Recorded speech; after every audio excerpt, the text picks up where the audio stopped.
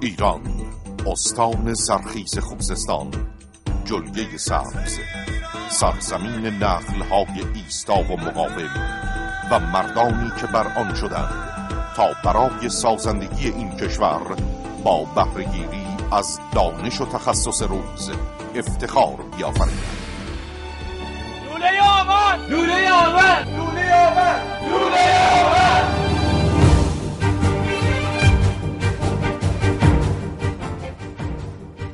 با این هدف شرکت سپهر سازان ایرانیان وابسته به گروه صنعتی آوند در راستای طرح‌های آبرسانی استان و با حمایت‌های سازمان آب و برق خوزستان توانست چهارمین کارخانه کشور را در زمینه تولید لوله و اتصالات GRP در زمینی به مساحت 75,000 متر مربع تأسیس نماید.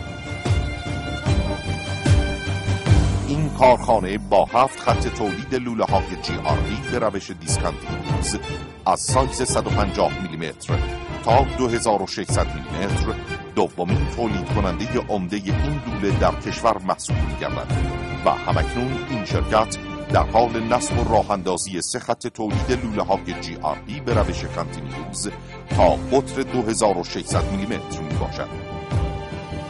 این کارخانه تا به امروز قرارداد تولید 418 کیلومتر لوله با حجم 1081 میلیارد ریال را منعقد نموده است که لوله مورد نیاز طرح‌های آبرسانی امیدیه، اندیمشک، بلیتی شوشتر و لاسبید بهبهان تحویل و این شرکت در حال حاضر مشغول به تولید و تحویل لوله‌های طرح آبرسانی قدیر و طرح آبرسانی به شهرهای جنوب شرق استان خوزستان به میزان 385 کیلومتر می باشد و مفتخر است که برای 450 نفر اشتغال مستقیم ایجاد کرده است.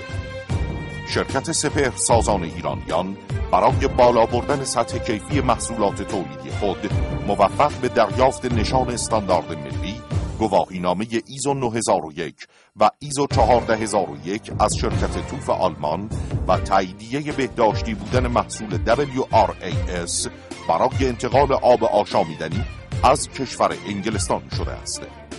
از اهداف آینده گروه صنعتی آوند میتوان به نصب و راه اندازی ماشین CNC تولید اتصالات GRP تا قطر 2000 میلیمتر، تولید لوله‌های GRV و GRE برای انتقال مشتقات نفتی تا قطر 2600 میلیمتر نیز اشاره کرد.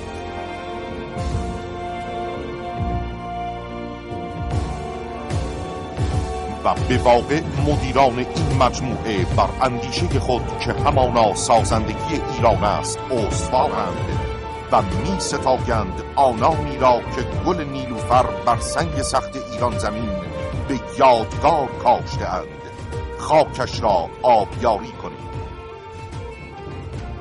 قلب تو خلیج فارس و هرمز، سینه به سینت سلسله کوه البرز، وسعت نام تو وسعت نام خورشید، جلوه خاک تو قرمز و سبز و سپید. این نه منم من ذره خاک وطنم، من ذره خاک وطنم، من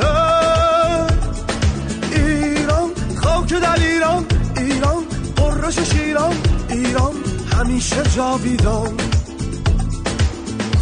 گروه صنعتی آوند، شرکت سپهر سازان ایرانیان.